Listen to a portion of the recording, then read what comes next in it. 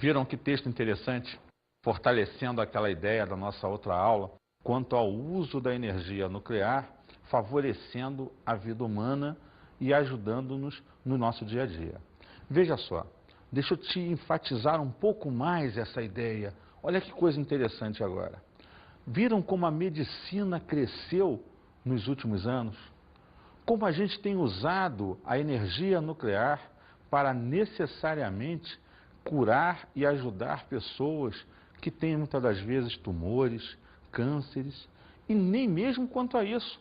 Hoje, muitos exames são feitos graças à existência de elementos radioativos. Você já fez uma ultrassonografia mais específica, um raio-x mais detalhado, já deve ter tomado um contraste. Uma substância que você ingere, dissolvida em água, com certeza, e que tem um elemento radioativo, que necessariamente vai entrar por você e vai pintar todos os órgãos ao qual se destina o teu exame. E aí o cara, com a radiação, vem e fotografa o formato perfeito, as paredes dos seus órgãos, faz uma endoscopia, por exemplo, e percebe cada detalhezinho lá dentro, para saber se você tem uma gastrite ou uma úlcera, por exemplo. Então o uso de contrastes é fundamental nessa questão de ver o órgão por dentro. O mesmo uso de vários tipos de radiação no tratamento dos vários tipos de cânceres. Se você tem uma emissão de um tipo, ela tem uma penetração de 10 centímetros, ela vai até um ponto do teu corpo. Uma outra radiação, que pode penetrar 20 centímetros, atua sobre uma célula cancerosa em outro ponto do seu corpo. Veja que coisa interessante. O quanto nós crescemos nesse aspecto. Ah, e na agricultura. Já falei da questão da exportação, mas tem uma outra. Soja transgênica, alimentos mais resistentes, onde são tratados com radiação, crescem mais, alimenta mais pessoas. Olha que coisa interessante. Essa é a ideia que a gente vai tratar, trabalhando hoje com vocês, radioatividade 2. Nessa parte da aula, a gente vai tratar dos cálculos matemáticos e raciocínios matemáticos que envolvem as radiações. Veja só, quando você tem uma amostra composta de N átomos de um certo elemento, e esses átomos vão emitir radiação, você deve entender que nem todos os átomos emitem radiação ao mesmo tempo. Ora emite um, ora emite outro.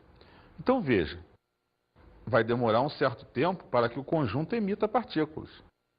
Se nem todos emitem simultaneamente, o raciocínio matemático que vai envolver esse cálculo deve ser estatístico, exatamente. O que você vai trabalhar nesse conjunto de informações a seguir vai ser em função de dados estatísticos. Não há uma precisão de fatos aqui. Há um raciocínio e a execução de experimentos que levam-nos a crer que é dessa maneira que está acontecendo. E a gente vai trabalhar o tempo todo, como dito já, numa forma estatística. Então, a precisão não é total em cima do processo. Vamos então começar a trabalhar o que chamamos de cinética das radiações. O primeiro conceito que vamos trabalhar é velocidade de desintegração, que vamos simbolizar pela letra V. O que representa essa questão da velocidade? Lembra, velocidade, a gente já trabalhou isso, é uma relação de o quanto se realiza, o quanto se gasta, o quanto se produz em função do tempo. Você está falando aqui de átomos que emitem energia, que emitem partículas. Então, o que você está tentando medir com essa velocidade? Está tentando medir a emissão das partículas por parte dos átomos. Então, a velocidade de desintegração é a emissão de partículas em função do tempo. Quantas partículas serão emitidas em uma hora, em um segundo, em um ano, é a ideia que você terá de velocidade de desintegração. Vamos avaliar a fórmula. Velocidade de desintegração é igual a menos ΔN sobre ΔT, onde ΔN é igual a N menos N0, variação do número de átomos que se desintegram. O ΔT vai ser igual a T menos T0. Perceba, necessariamente, quando você tem um delta, esse delta expressa variação. Se eu botei N menos N0, é o número de átomos final menos o número de átomos inicial. ΔT, tempo final menos tempo inicial. Agora para raciocinar. No caso do ΔN, o número de átomos final é menor que o inicial, está desintegrando. Então, esse valor vai ser negativo. Por isso, lá na fórmula, é menos ΔN sobre ΔT. O menos que está lá com o menos do ΔN vai dar uma resposta positiva para a velocidade. Por essa razão, a fórmula costuma ter esse sinal de menos na frente. Observe de que forma analisamos a velocidade. A unidade de velocidade é desintegração por segundo, dps, ou becquerel, bq. Dessa forma, podemos avaliar normalmente quantas desintegrações ocorreram no período de um segundo. Essa é a ideia da unidade de velocidade. Vamos trabalhar agora um outro item importante, a constante radioativa, que é representada pelo C minúsculo. A constante radioativa avalia quantos átomos, qual a fração de átomos que vai se desintegrar num certo período de tempo. Ela, na verdade, se relaciona à razão entre a velocidade de desintegração e o número de átomos que existe na amostra. Por isso, perceba que quanto mais átomos existirem naquela amostra, quanto maior for a amostra de radioisótopos, maior será a constante radioativa e automaticamente maior será a velocidade de desintegração, pois teremos mais partículas se desintegrando. Vamos observar essa relação. Constante radioativa é igual à velocidade de desintegração dividido pelo número de átomos da tua amostra, onde N é igual ao número de átomos da amostra e V, a velocidade de desintegração. Para uma melhor compreensão dessa relação, vamos ouvir e ler o pequeno texto a seguir. A constante radioativa, C, indica na prática a fração de átomos desintegrados na unidade do tempo. Logo, quanto maior for o valor da constante, mais radioativo é o isótopo.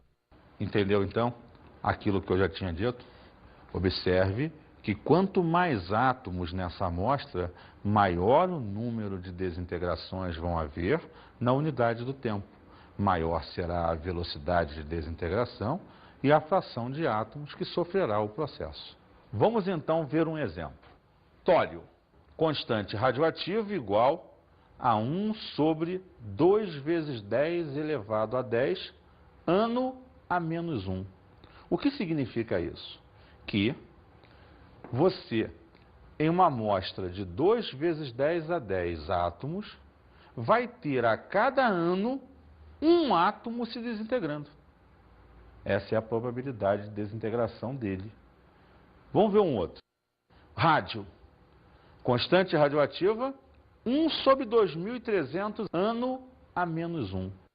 Veja só, significa dizer que em 2.300 átomos desse elemento, 1 a cada ano vai sofrer desintegração. Então ela mede quantidade de átomos que sofreu desintegração dentro de uma amostra, no caso ali, a cada ano. Vamos então agora ao próximo item, que vamos chamar de intensidade radioativa. Intensidade. Intensidade é medir a quantidade. Isso é a quantidade de radiação que é emitida por aquela amostra. Se aquela amostra tem muitos átomos, ela vai ter uma grande intensidade de radiação. Se aquela amostra tem poucos átomos, essa intensidade será menor.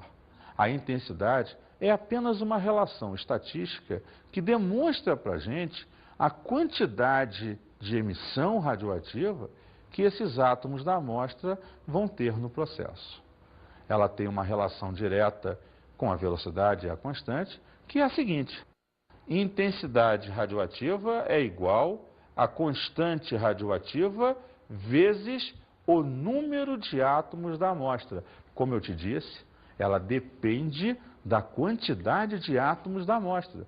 Se a amostra tiver mais átomos, essa intensidade é maior, e vice-versa. Legal! Agora eu entendi melhor a intensidade radioativa. Viu, Gotinha? Com certeza, cada vez que você prestar atenção no que a gente fala, realmente tentando entender, você vai conseguir saber cada vez mais química. Vamos lá agora falar de um outro item interessante. Vamos agora ver o que é vida média, representada por nós por V e um M minúsculo ao seu lado. Veja só, a vida média vai medir para a gente o tempo necessário na prática para que uma amostra inicialmente radioativa emita toda a radiação necessária para que ela se torne uma amostra estável, não radioativa, inócua. Então a vida média é o tempo de vida daquela amostra. A vida é considerada por nós como o tempo que ela leva emitindo radiação. Então quando você mede esse tempo, você está medindo o tempo em que ela vai acabar. Ou seja, ela não mais emitirá radiação. Essa é a vida média, basicamente, do processo. Você pode perceber essa vida média, já que é um dado estatístico, por uma relação com a constante. Veja só, vamos lá. Vida média é igual a 1 sobre a constante radioativa. Significa dizer que ela é o inverso da constante radioativa. Então, sendo assim, vamos olhar um exemplo. Rádio. Lembra que a constante radioativa era 1 sobre 2.300. Se a vida média é o inverso disso, ela é 2.300 anos. Então, uma amostra de rádio leva 2.300 anos para se desintegrar totalmente, para se tornar estável. Vamos ver outro. O tório teria uma vida média de 2 vezes 10 a 10 anos.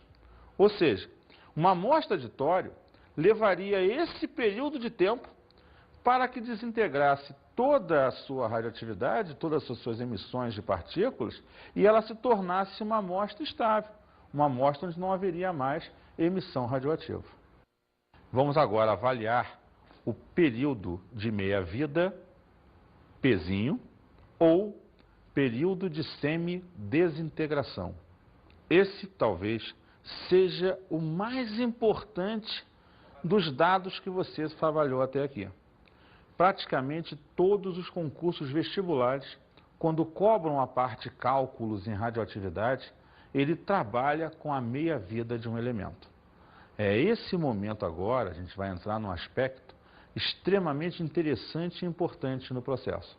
Dele saem várias relações que a gente vai avaliar. Mas é importante frisar para você essa grande e vital importância do assunto. Período de meia-vida ou de semidesintegração é o tempo necessário para que uma amostra radioativa perca metade da sua quantidade inicial. Espera aí, você falou quantidade inicial? Sim, porque eu posso falar de massa, de número de átomos, de atividade radioativa. Então essa quantidade pode ser expressa em várias unidades diferentes. Então entenda que se eu comecei com uma amostra, por exemplo, de 100 gramas, depois desse tempo vai ter 50 gramas. E por incrível que pareça, novamente depois desse tempo vai ter 25. Porque a cada período de meia-vida se perde metade da massa inicial. Isso é fundamental. Vamos olhar o esquema. Nessa amostra, você tem uma certa quantidade de átomos sendo descritos nela. Essa é a massa inicial.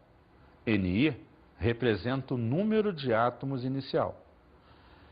Passado um período de meia-vida, eu vou ter o quê? Metade da massa e metade do número de átomos. Se passar um próximo período de meia-vida, eu terei novamente metade do que eu tinha antes. Então, a massa inicial será dividida por 4 e o número de átomos inicial também por 4. Se passar um novo período de meia-vida, eu agora terei metade do que eu tinha antes.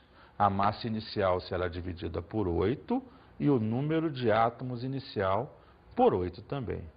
Perceberam, então, como esse processo é interessante de meia-vida? Tem um outro lado estatístico. Se eu considerar a massa inicial, ou o número de átomos inicial, como 100% da amostra, passado esse período de meia-vida, vai restar 50% da amostra. Passado mais um período de meia-vida, vai restar 25% da amostra. E assim sucessivamente.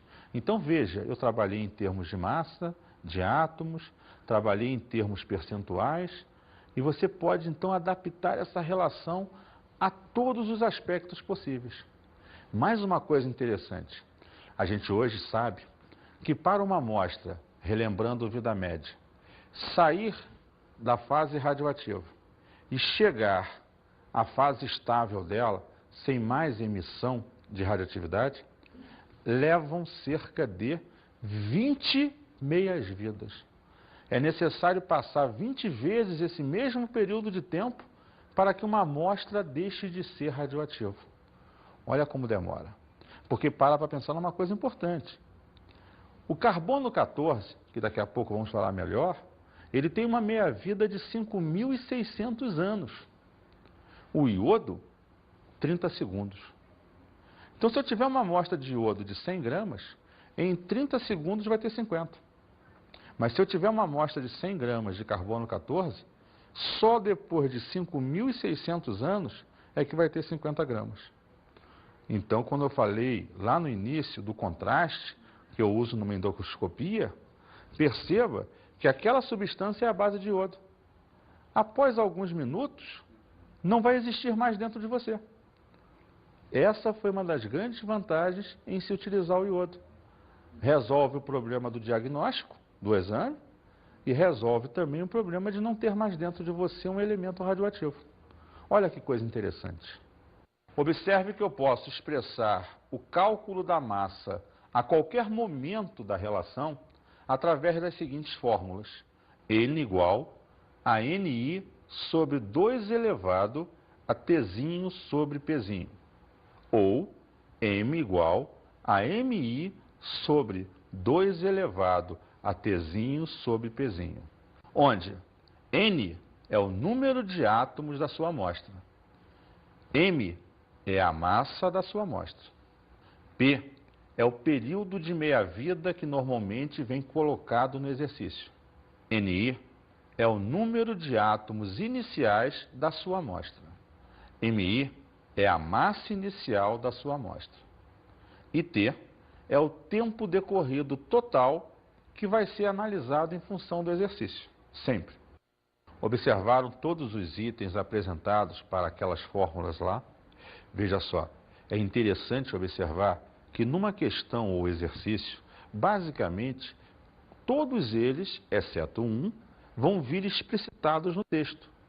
Quando se utiliza uma fórmula, há de se entender que você pega os dados do enunciado, joga na fórmula para calcular aquele que faltou, que normalmente é o que o enunciado está pedindo a você. Essa relação é importante porque trata do assunto mais quente a nível dessas relações que nós falamos. Porém, diga-se de passagem, você pode sempre usar o seu raciocínio de proporcionalidade. Muitos vestibulares federais, por exemplo, usam ao invés da fórmula a relação de proporcionalidade. Lembrando, se eu tenho uma amostra inicial de 200 gramas, passada uma meia-vida 100, passada a outra 50, passada a outra 25. Então, esse também é um jeito de trabalhar com uma relação proporcional. se você preferir dessa forma. Vamos então observar a relação entre a vida média e a meia-vida. Vamos observar, para isso, a relação matemática ou fórmula existente no processo. Meia-vida, Pzinho, é igual a vida média vezes 0,7. O que se observou nesse fato é que, estatisticamente falando e comprovado matematicamente, a meia-vida equivale a 70% da vida média total de uma amostra. Então, se uma amostra durasse uma vida média de 100 anos, aos 70 anos ocorreria a meia-vida dessa amostra. Então, em 100 anos de vida média que ela tem, só quando completar 70 anos é que metade dos átomos dessa amostra vão começar a totalmente se desintegrar. A principal aplicação de meia-vida é na datação ou cronologia do carbono 14. Observa, quando hoje as pessoas querem descobrir a idade de um fóssil, se aquele lençol, por exemplo, que envolveu Cristo, o Santo Sudário, se tem realmente a idade que tem e é o Santo Sudário, o que se faz? Se observa que todo ser vivo, ele apresenta em seu interior carbono 14, que vem nos alimentos que todo dia nós comemos. Pô, mas o carbono 14 é um elemento radioativo, ele vai desintegrar? Vai, mas você não vai comer no dia seguinte? E você vai repor a quantidade inicial. Então, enquanto você estiver vivo, você tem carbono 14.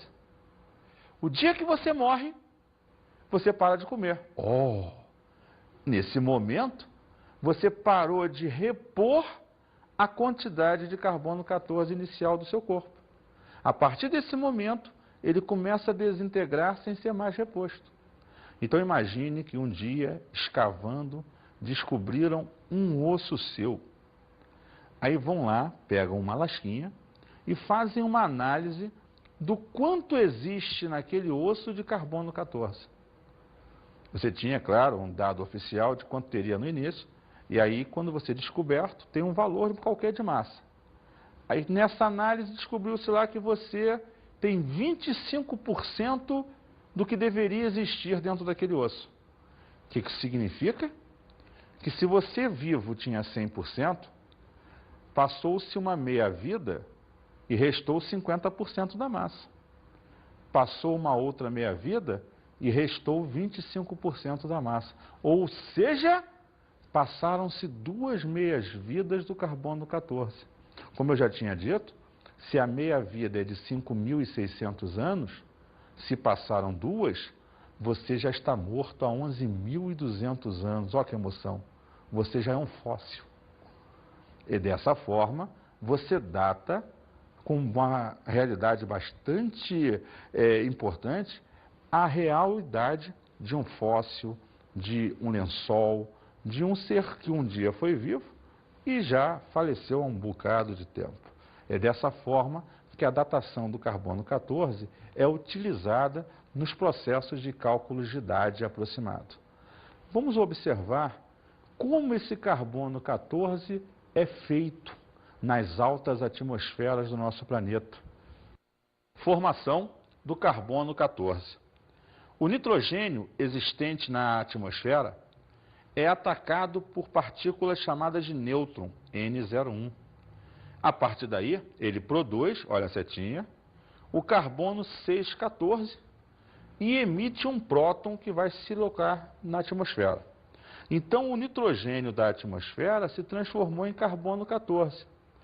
Só por curiosidade, veja só, esse carbono 14 da atmosfera se junta ao oxigênio da mesma e se transforma em CO2. A planta pega esse CO2 feito de carbono 14 e na fotossíntese vira o seu alimento. Você vai lá, ou o bichinho vai lá, colhe lá a verdurinha, a plantinha e come. Esse carbono 14 voltou para dentro de você. Dessa forma, nós, seres vivos, restabelecemos sempre a quantidade inicial de carbono 14 do nosso organismo. Basicamente, todos os seres vivos captam a partir desse processo.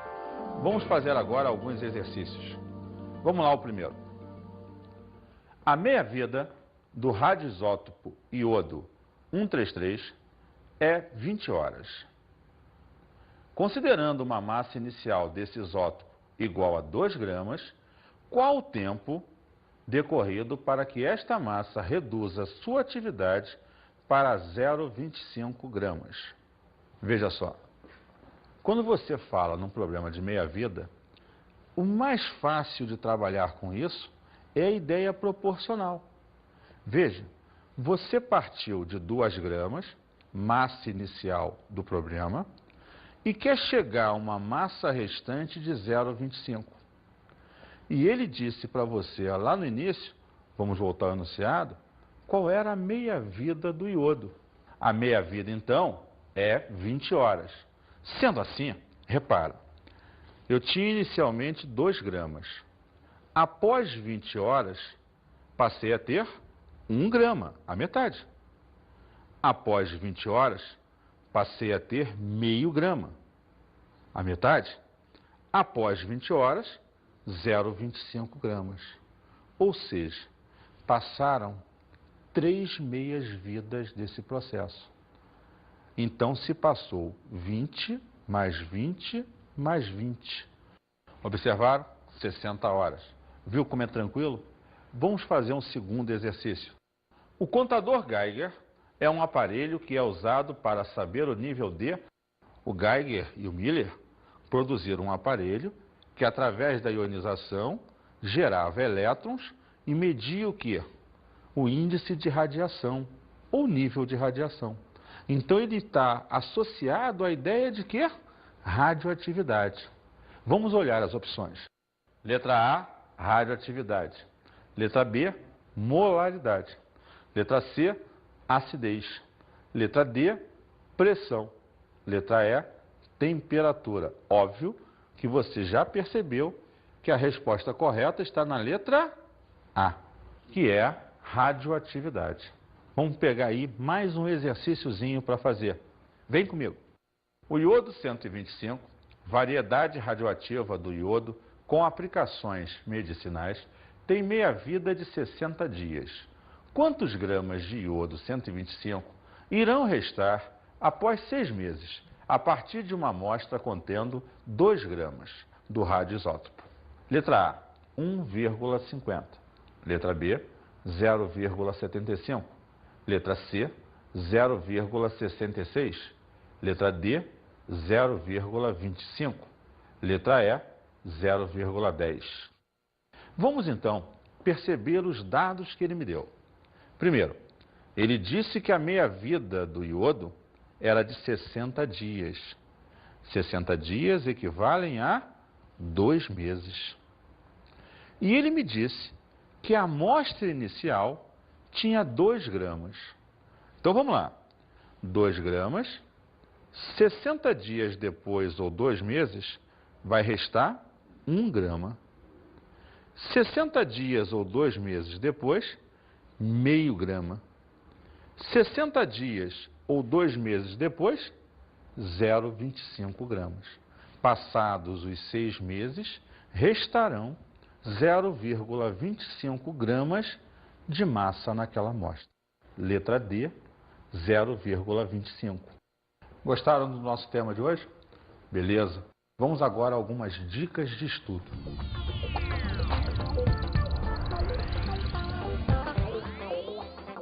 A nossa dica de estudo de hoje vai em 2 níveis. Procurem fazer muito mais exercícios, se puderem, a nível de vida média e de meia-vida, porque são os tópicos mais importantes do processo. Em função da meia-vida, procurem fazer exercícios de parte percentual e de número de átomos. E seria interessante, até como cultura geral, procurar textos e associações do uso da radioatividade na medicina. Um grande abraço e até a nossa próxima aula.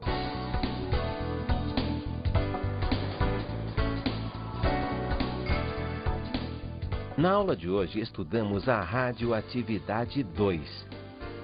Observe que os cálculos matemáticos e os conceitos que nós trabalhamos hoje são muito importantes nesse processo. faça uma revisão sobre esses principais conceitos: a velocidade de desintegração, a constante radioativa, a vida média e a meia-vida. Conhecemos a cinética das radiações. E enfatize, então, a questão da meia-vida como o item mais importante desse processo.